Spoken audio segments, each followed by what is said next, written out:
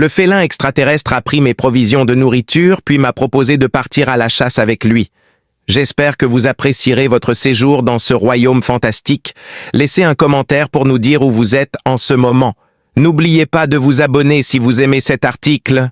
Sur les plaines désolées de Torno, Tony ne trouvait de réconfort que dans le bourdonnement silencieux et répétitif des condenseurs d'humidité atmosphérique, le tic-tic-tic rassurant d'avoir assez d'eau pour un autre cycle. Il venait de terminer le laborieux processus de réajustement de l'unité principale. Après des années à restaurer des équipements vieillissants à leur performance maximale, ses articulations étaient rugueuses et ses patients étaient aussi usés que l'atmosphère terrestre. La surveillance constante de ses jumeaux rendait difficile la concentration sur la tâche laborieuse à accomplir qui nécessitait une touche délicate qu'il avait à peine. Il s'était juré à lui-même qu'il gagnerait la dernière de ses barres protéinées, en signe d'appréciation pour ses efforts, un petit mais significatif triomphe dans sa lutte quotidienne contre l'entropie. Malgré son apparence pitoyable, il s'est vu offrir un symbole concret de réussite, une brique contenant de la nutrition synthétique et des arômes artificiels qui avaient une saveur éthérée rappelant la craie et la misère. Il reporta son attention sur la modeste unité HAB préfabriquée qui lui offrait le seul moyen de protection, essuyant l'huile et la poussière rouge de ses paumes sur son pantalon déjà ruiné. Ses pensées étaient déjà absorbées par la mastication habituelle et insatisfaisante de la barre. À ce moment-là, il la vit, ou plus exactement, les signes de sa présence. Trahissant la position de son propriétaire qui était accroupi hors de vue, la longue queue touffue se contractait selon un motif régulier presque hypnotique, une tache de jaune fauve contre le métal rouillé de l'unité de condensation. Les pensées de Tony traversaient une douzaine de calculs frénétiques. Il s'arrêta, tendit chaque muscle de son corps. Il n'était pas non plus armé. Le boîtier du condenseur contenait encore son multi-outil, et l'unité HAB avait son laser minier verrouillé. Les animaux indigènes étaient notoirement timides et rarement dangereux. Cependant, c'était unique. Les rongeurs à cornes et les herbivores à 6 pattes qu'il apercevait parfois se faufiler parmi les arbres blancs comme des os de squelettes n'avaient pas de telles histoires. Quelque chose de nouveau et d'assez substantiel pour poser un danger avait émergé. Alors qu'il se déplaçait prudemment sur le côté, ses bottes usées ne faisant presque aucun bruit sur le sol durci, il cherchait à obtenir une meilleure vue sans effrayer ce que c'était. Asif, sentant sa présence par un changement invisible dans l'air, le mouvement rythmique de la queue s'arrêta brusquement, se figeant en plein mouvement. Dans la vaste immobilité des plaines, le son de sa gorge qui se raclait était anormalement fort alors qu'il retenait son souffle. Son unique mouvement fluide de se retourner était à la fois choquant et pourtant charmant. Elle était une tornade d'élégance féline.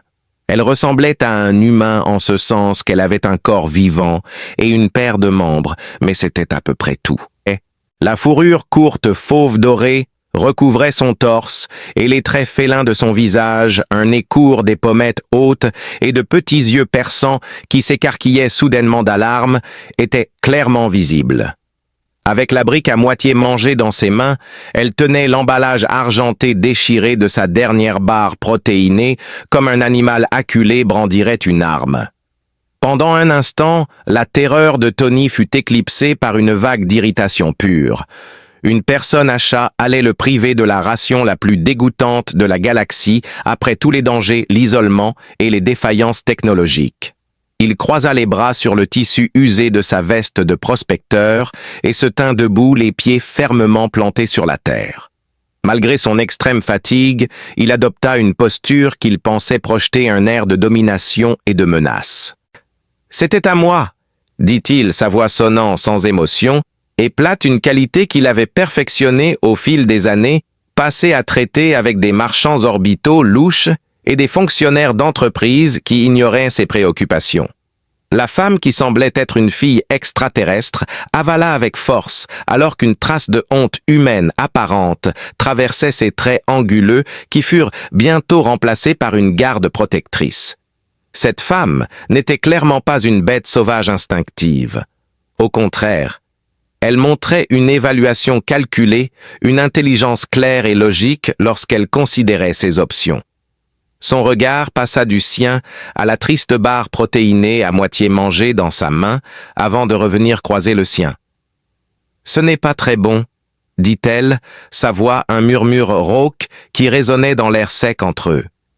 Il voulait rire de l'audace du voleur, mais il se retint, refusant de lui céder le moindre terrain. Son contre-argument, « C'est ce que j'avais », flottait lourdement dans l'air, un rappel de ses réserves en diminution et de son existence précaire sur ce rocher aride.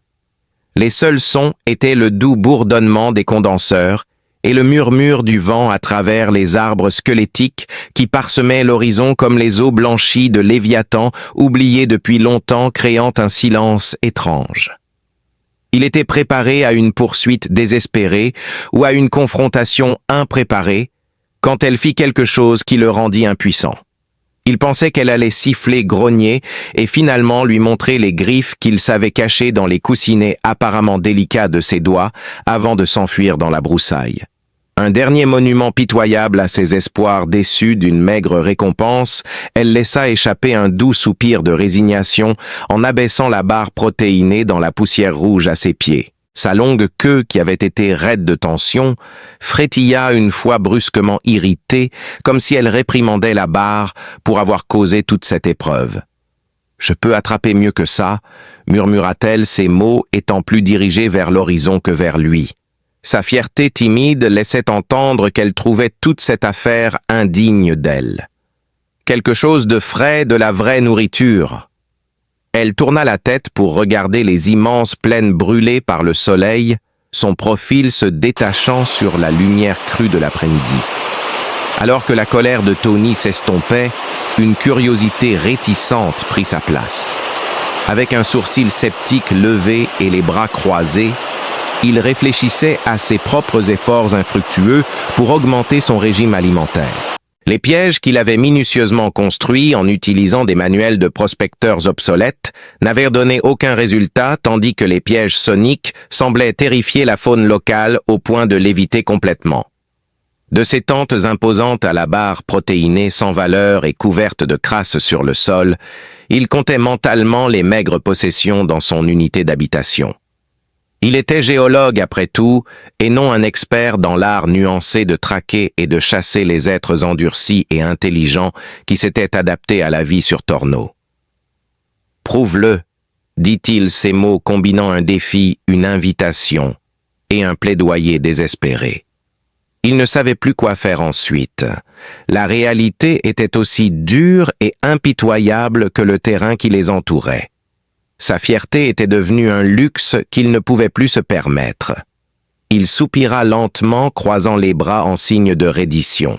Alors que Tony, toujours le géologue méticuleux, s'appuyait sur les données froides et dures fournies par sa technologie pour aborder le problème de l'obtention de nourriture avec le même état d'esprit stratégique qu'il utiliserait pour planifier une nouvelle étude minérale, leur première tentative de chasse conjointe a commencé comme un exercice de frustration mutuelle, une fusion désastreuse d'idéologies concurrentes qui semblait vouée à l'échec dès le départ. Il sortit sa sacoche usée et fabriqua une succession de petits disques métalliques, ces pièges sonores, qu'il plaça minutieusement le long d'un sentier de gibier qu'il avait préalablement localisé sur son scanner topographique. Sa stratégie était rationnelle, fondée sur la probabilité et les schémas prévisibles des animaux en troupeau. Il visait à générer un champ sonore qui confondrait et conduirait toute créature approchant dans un petit passage impénétrable. Tammy, en revanche, trouvait son comportement à la fois inexplicablement ridicule et odieux. Le silence fragile de l'avion était brisé par chaque cliquetis métallique et bip électronique de son scanner. Se tenant à une courte distance, elle l'observait avec une désapprobation tendue qui irradiait de tout son être sa queue, remuant en coups brefs et irrités.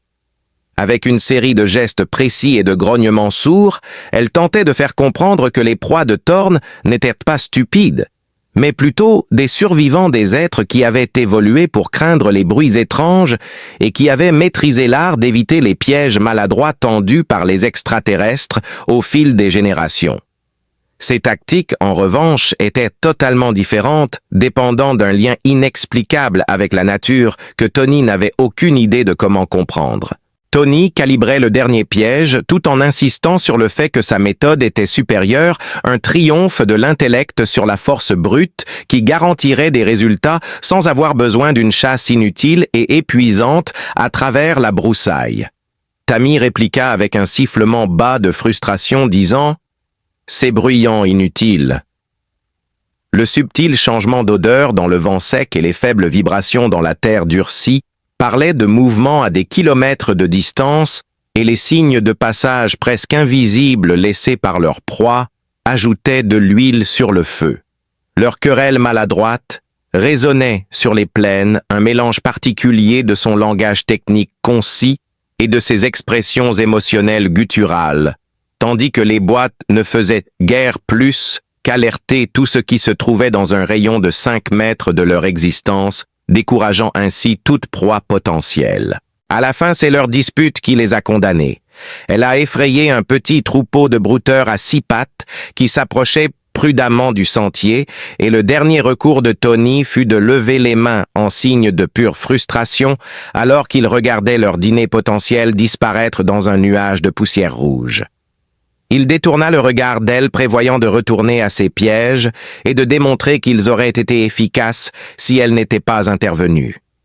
Cependant, sa colère le désorienta de son environnement immédiat, et il marcha droit dans la branche basse et pétrifiée d'un arbre squelettique trébuchant en arrière, tout en jurant bruyamment et de manière indigne, et en se tenant le front. Alors qu'il se tournait pour la regarder fixement, il fut dégonflé de voir qu'elle essayait de garder une expression sérieuse sur son visage, tandis que ses épaules tremblaient de rire silencieux et que sa queue frétillait légèrement d'amusement. Derrière lui, un son étrange de suffocation émergea, suivi d'un rire haletant et réprimé qu'elle luttait pour contenir. « Très bien », soupira Tony, frottant la bosse qui grossissait sur sa tête et sentant la honte s'estomper pour laisser place à une appréciation réticente de l'absurdité de la situation. Il avait trouvé la situation inattendue et hilarante, un arbre le déjouant, après lui avoir donné une leçon sur l'intelligence supérieure. Leur silence partagé brisa la tension étouffante entre eux. Il jeta un coup d'œil aux avions vides, qui était silencieux, à ses pièges soniques inefficaces, et enfin à elle, qui avait encore une lueur d'humour dans ses yeux allongés. Sa stratégie avait été un échec retentissant et dévastateur. Après avoir réalisé que son raisonnement et sa technologie ne résoudraient pas tous les problèmes, il devait essayer quelque chose de nouveau. Il parla d'une manière étrange, comme si les mots ne lui appartenaient pas. « Courir ne suffira pas. Nous avons besoin d'une stratégie. » Sa suggestion semblait être dans l'esprit de Tammy, alors qu'elle l'observait, sa tête hochant à peine. Il semblait toucher une corde sensible chez elle en offrant un compromis et en reconnaissant sa propre fragilité. Sa queue se balançait délicatement et de manière réfléchie alors qu'elle hochait la tête lentement et délibérément. Leur entraînement, cette fois-ci, était distinct, caractérisé par une unité tacite qui manquait auparavant. Elle s'avança, se penchant pour lui montrer les nuances qu'il avait auparavant négligées. L'odeur de leur proie portée par le vent, une brindille récemment cassée, la marque subtile d'une griffe sur la pierre. En réponse, il réutilisa sa technologie pour compléter ses intuitions plutôt que de s'y fier uniquement.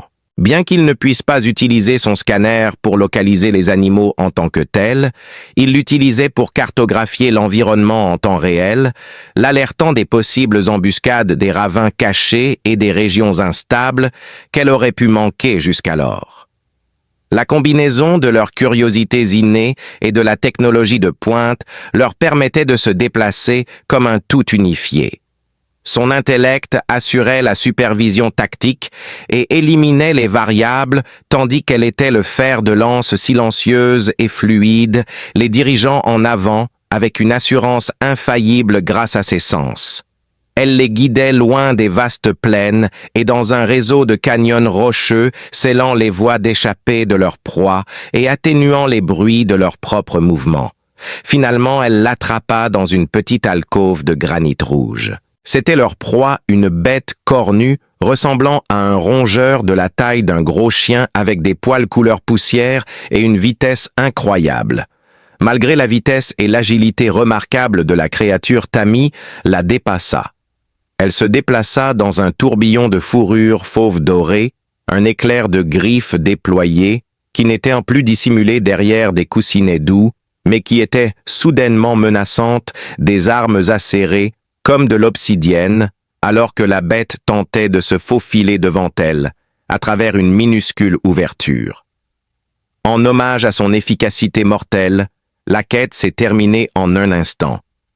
Tony avait fait un feu rugissant à l'extérieur de son habin, et plus tard ce soir-là, lorsque les fils jumeaux de Torno ont commencé à descendre et ont peint le ciel de teintes vives d'orange et de violet, ils se sont assis à côté. Un arôme riche et délicieux de viande rôtie flottait dans l'air, évoquant une époque révolue en contraste avec la pâte stérile qu'il utilisait pour ses nutriments.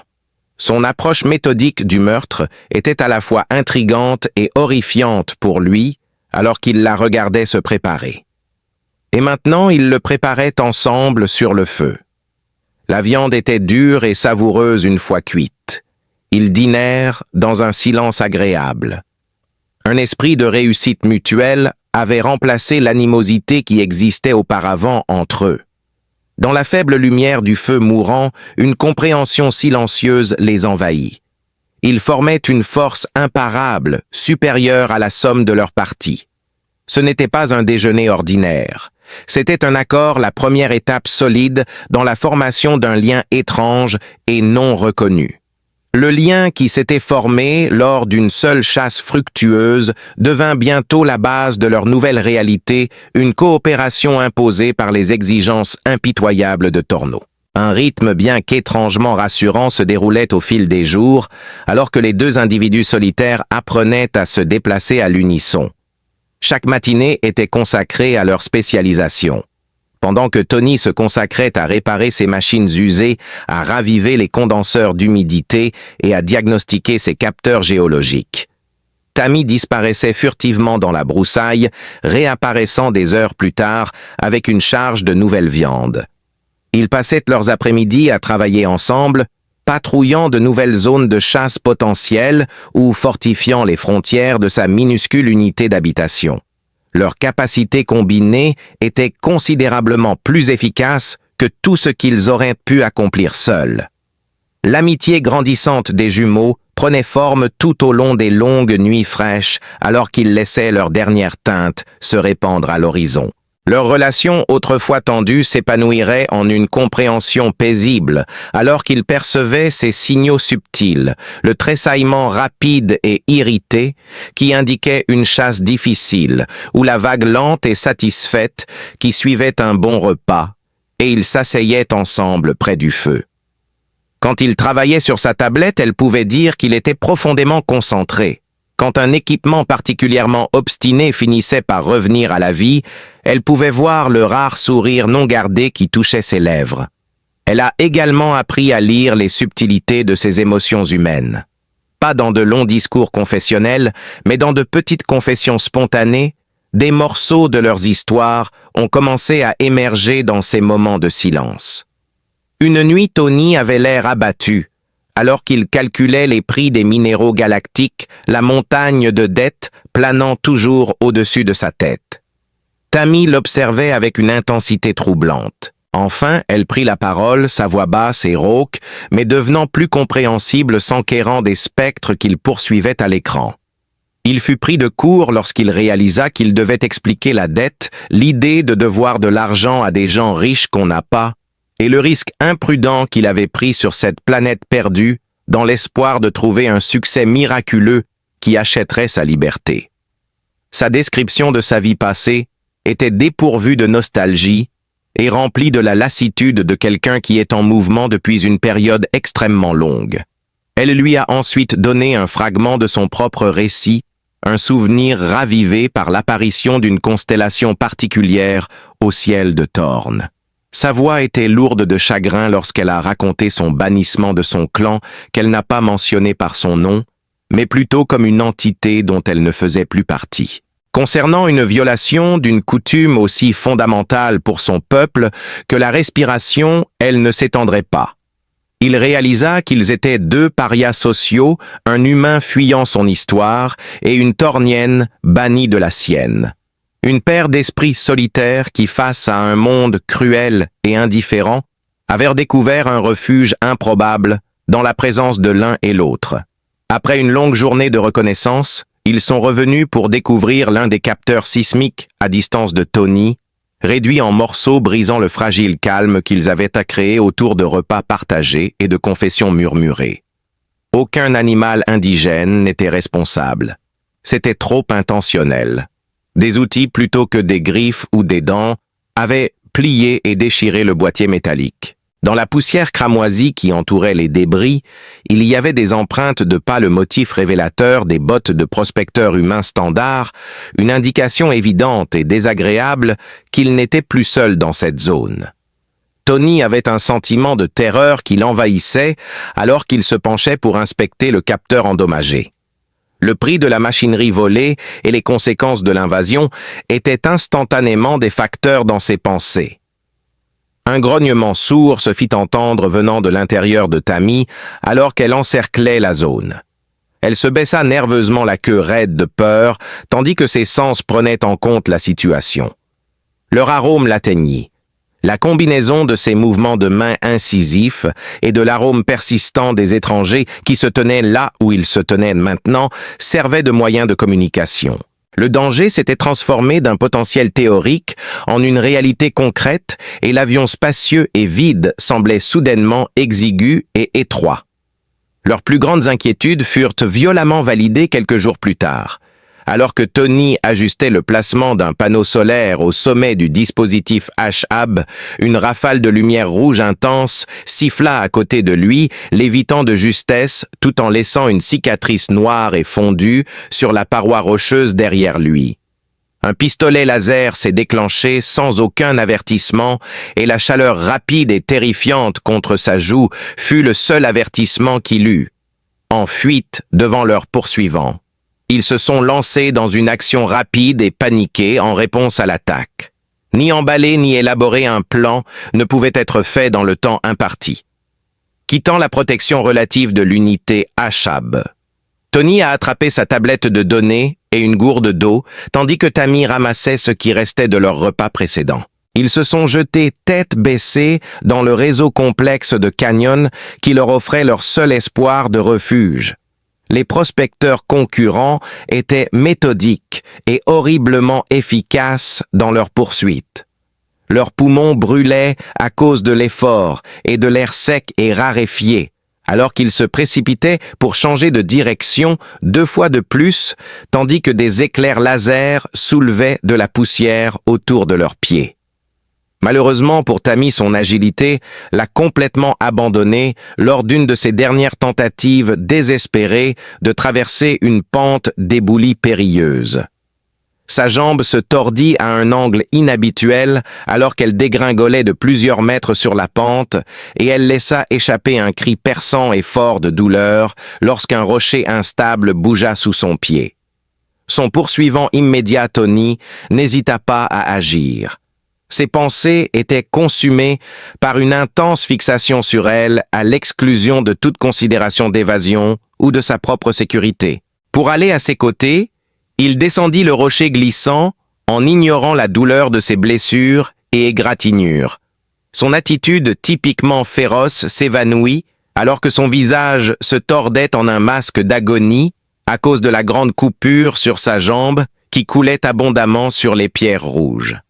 Alors qu'il s'éloignait en boitant de la colline ouverte et dans les ombres profondes d'une grotte voisine, il inspecta la blessure avec une compassion qui le choqua même lui. Il la souleva ensuite délicatement, portant une partie de son poids et la soutenant à moitié.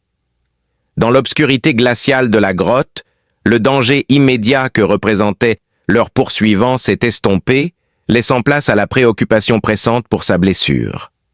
Tony a fait le travail rapidement et bien. Avec une délicatesse nouvelle, il a utilisé le contenu de sa petite trousse médicale pour nettoyer et bander la profonde coupure ses mains plus habituées à réparer des machines. Pour arrêter le saignement, il fit un bandage avec des morceaux déchirés du bas de sa chemise et l'enroula fermement autour de sa jambe. Elle garda la bouche fermée tout le temps, fixant son visage de ses petits yeux. Son attitude normalement protectrice avait disparu, remplacée par une démonstration inattendue de vulnérabilité. Elle s'était transformée de la chasseuse arrogante qui s'était moquée de ses provisions en une personne vulnérable, terrifiée et complètement dépendante de lui pour sa propre existence. Leur lien avait changé à jamais, et lorsqu'il se rassit sur ses talons après avoir terminé sa tâche, il y avait un changement notable dans l'air entre eux. Il était devenu plus qu'un simple associé accommodant ou un conduit technologique. Dans un monde devenu exponentiellement plus mortel, il était devenu son défenseur, son gardien et son seul allié. Leur lien était plus profond et plus significatif que n'importe quel simple accord de survie. Il pouvait le voir en regardant ses yeux confiants et douloureux qu'elle partageait sa compréhension. Lentement, les jumeaux se frayaient un chemin à travers la petite fenêtre de ciel qu'ils pouvaient voir depuis l'entrée de la grotte, marquant chaque cycle des jours qui suivaient leur départ paniqué. La quantité d'eau propre disponible et la vitesse à laquelle la blessure à la jambe de Tammy guérissait faisaient que le passage du temps semblait être une cible mouvante plutôt qu'un nombre fixe d'heures. Alors qu'il nettoyait la blessure et appliquait de nouveaux bandages, les mains habituellement maladroites de Tony découvraient un nouveau langage de tendresse, le surprenant par son dévouement à la blessure. Chaque fois que son front se pliait de douleur, une terreur glaciale le saisissait et il gardait un œil de lynx sur toute indication d'infection. Les prospecteurs rivaux continuèrent leur poussée acharnée au-delà de leur refuge, leur poids sur le terrain une oppression omniprésente. Leur schéma de recherche systématique constituait une nouvelle forme de guerre psychologique, même s'ils avaient cessé de leur tirer dessus. Le doux bourdonnement répétitif du moteur de leur véhicule s'intensifiait plusieurs fois par jour, signalant la découverte imminente qui injectait une nouvelle dose d'adrénaline dans les veines de Tony et les poussait à s'aventurer plus loin dans l'obscurité envahissante des tunnels. Avec son pouls battant contre ses côtes, il regardait à travers une fissure dans la roche le rover blindé qui traversait les canyons, ses capteurs avancés, reflétant l'intense lumière du soleil. La logique de la situation a commencé à s'effondrer pour lui quand il a vu à quel point leur poursuite était implacable. Le jeu de la chasse aux revendications était violent, mais généralement simple. C'était un match d'intimidation dans lequel les prospecteurs tentaient de s'effrayer mutuellement pour s'éloigner d'un possible butin. C'était différent cette fois-ci. Il se passait quelque chose de plus ici qu'une simple campagne de harcèlement. Cette zone désolée pouvait bien être riche en minéraux, mais la quantité d'investissement et la précision militaire utilisées pour lancer le siège donnaient l'impression que c'était pour rien. Alors que le rover ennemi se déplaçait prudemment autour de la colline au-dessus de leur cachette, Tammy se raidit à son côté pendant l'une de ses veilles anxieuses. Alors qu'elle se reposait, elle posa sa jambe blessée sur un lit de mousse qu'elle avait elle-même ramassé. Pourtant, elle avait la tête inclinée et les oreilles plaquées contre son crâne, et elle restait immobile à ce moment-là. De quelque part, au fond de sa poitrine sortait un grognement bas et guttural, plus une vibration qu'un son. Ses petits yeux étaient rivés sur le rover et ils brillaient d'une terreur grandissante qui n'avait rien à voir avec une douleur physique. Tony la regarda inquiet, que sa blessure ne lui cause une agonie. Elle fit un geste de terreur absolue en pointant un doigt tremblant en direction de la voiture, ses griffes acérées se déployant et se rétractant dans leur fourreau. Il regarda dans la direction qu'elle indiquait et remarqua ce qui retenait son attention. Un appareil innovant, Un gadget compliqué à plusieurs lentilles avait été installé au sommet de la tourelle du rover.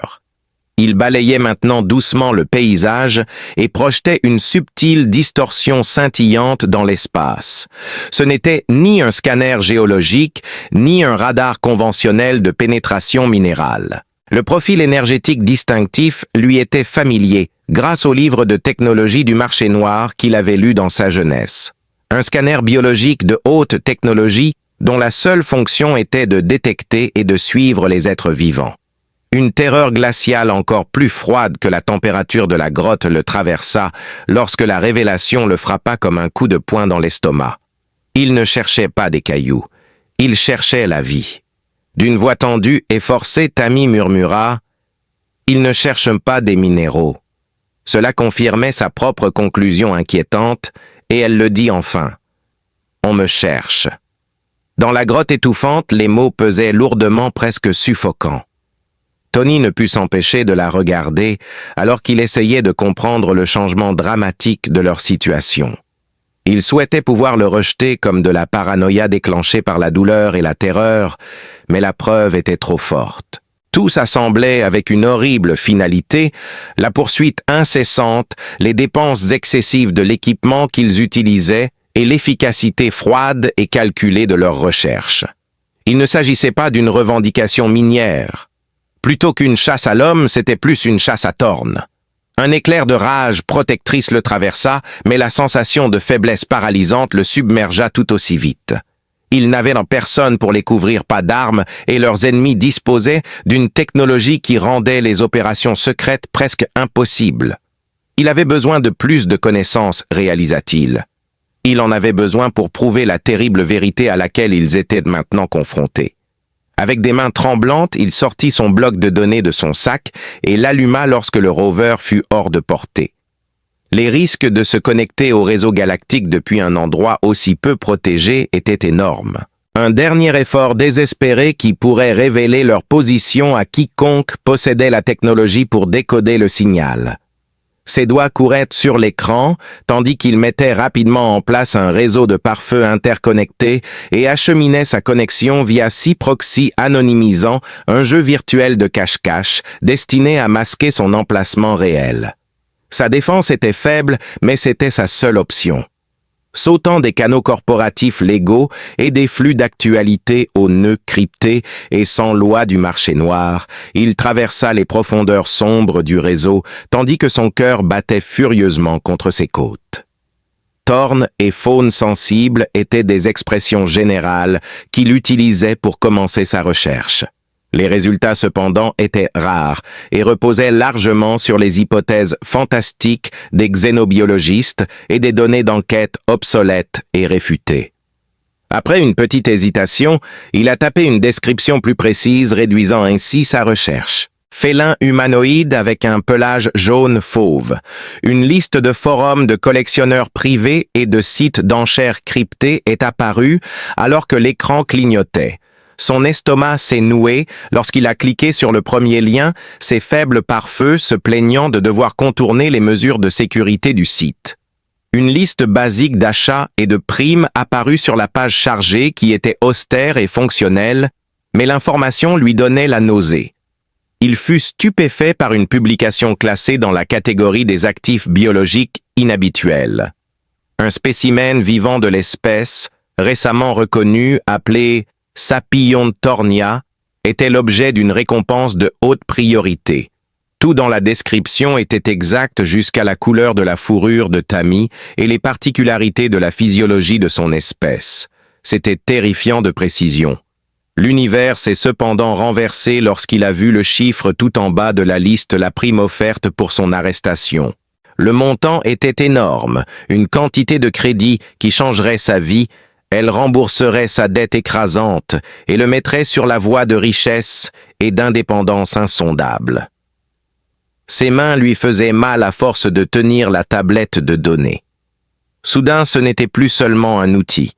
C'était une séduction, une réelle possibilité d'échapper à sa vie épouvantable. Quitter la grotte, passer un coup de fil et échanger sa vie contre la sienne, c'était tout ce qu'on lui demandait. L'idée se levait au fond de son ventre comme un serpent venimeux. Il avait le pouvoir de mettre fin à la poursuite, à la terreur et à la lutte sans fin pour la vie. À la fin de la semaine, il aurait peut-être fait ses valises et quitté ce rocher maudit, laissant son histoire dans la poussière. Il prit une chance et regarda Tammy qui le fixait avec une intensité terrible, ses yeux perçants captant la tension qui était clairement visible sur son visage. Elle ne le regardait pas avec accusation ou suspicion. Au contraire, elle le regardait avec un espoir silencieux et désespéré et une confiance écrasante qui le pesait.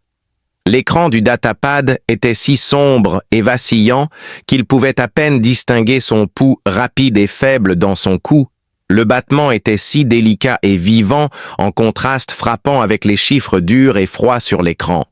Elle se tenait farouchement au-dessus de lui alors qu'elle rapportait de la nourriture de leur première chasse ratée, et il se souvenait du son rare de son rire étouffé. Elle avait placé sa vie entre ses mains maladroites et tachées de graisse, sans une hésitation lorsqu'elle était blessée et sans défense, et il se souvenait de la compagnie calme de leur nuit au coin du feu. Une vie promise par le datapad n'était rien de plus qu'un mirage, une promesse vide de richesse reposant sur un fond de trahison qui réduirait son humanité en poussière. En ramenant son regard sur l'écran, il vit la série de zéros symbolisant sa délivrance. Une fois qu'il la regarda, il vit une vraie personne, celle qui était devenue son ami, son allié et sa partenaire. Il n'y avait jamais eu de véritable option en la matière. En éteignant le pavé de données, il renvoya la grotte dans l'obscurité avec un dernier geste décisif. Le serpent de l'attrait se flétrit et périt dans le silence abrupt. « Ils ne t'auront pas », dit-il d'une voix basse mais résolue, un vœu qu'il se faisait à lui-même ainsi qu'à elle. Plutôt que l'obscurité étouffante de la terreur, le vide qui suivit le choix de Tony était une ardoise vierge prête à être remplie d'un sens du but inexploré.